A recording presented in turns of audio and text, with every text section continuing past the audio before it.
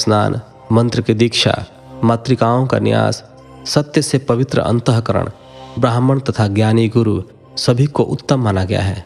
पंचाक्षर मंत्र का 5 करोड़ जाप करने से मनुष्य भगवान शिव के समान हो जाता है। 1, 2, 3 अथवा 4 करोड़ जाप करके मनुष्य क्रमशः ब्रह्मा, विष्णु, रुद्र तथा महेश्वर का पद प्राप्त कर लेता है। यदि 1000 दिनों तक प्रतिदिन 1 सहस्त्र जाप पंचाक्षर मंत्रों का किया जाए और प्रतिदिन ब्राह्मण को भोजन कराया जाए तो इससे अभिष्ट कार्य की सिद्धि होती है। ब्राह्मण को प्रतिदिन प्रातःकाल 1008 बार गायत्री मंत्र का जाप करना चाहिए, क्योंकि गायत्री मंत्र शिव पद की प्राप्ति कराता है। वेद मंत्रों और वैदिक सूक्तियों का भी नियम से जाप करें। अन्य मंत्रों से जितने अक्षर हैं उनके उतने लाख जाप करें। इस प्रकार यथाशक्ति जाप करने वाला मनुष्य मोक्ष प्राप्त करता है। अपनी पसंद से कोई एक मंत्र अपनाकर प्रतिदिन उसका जाप करें अथवा ओम का नित्य 1 सहस्त्र जाप करें। ऐसा करने से संपूर्ण मनोरथों की सिद्धि होती है। जो मनुष्य भगवान शिव के लिए फुलवाड़ी या बागीचे लगाता है तथा शिव मंदिर में झाड़ने बुहारने का सेवा कार्य करता है, ऐसे शिव भक्त को पुण्य कर्म की प्राप्ति होती है। अंत समय में भगवान शिव उसे मोक्ष प्रदान करते हैं।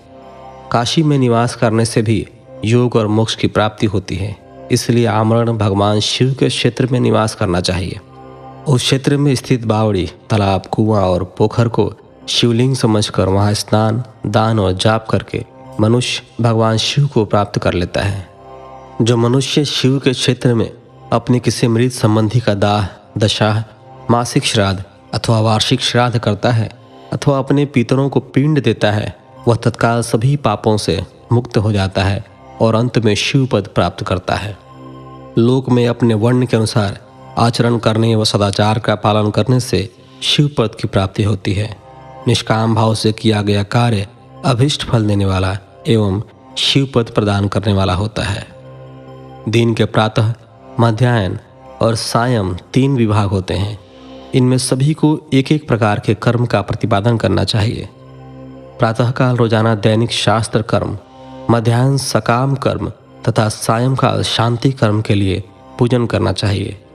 इसी प्रकार रात्रि में 4 प्रहर होते हैं। उनमें से बीच के 2 प्रहर निशीथ काल कहलाते हैं। इसी काल में पूजा करनी चाहिए, क्योंकि यह पूजा अभिष्ट फल देने वाली है। कलयुग में कर्म द्वारा ही फल की सिद्धि होगी।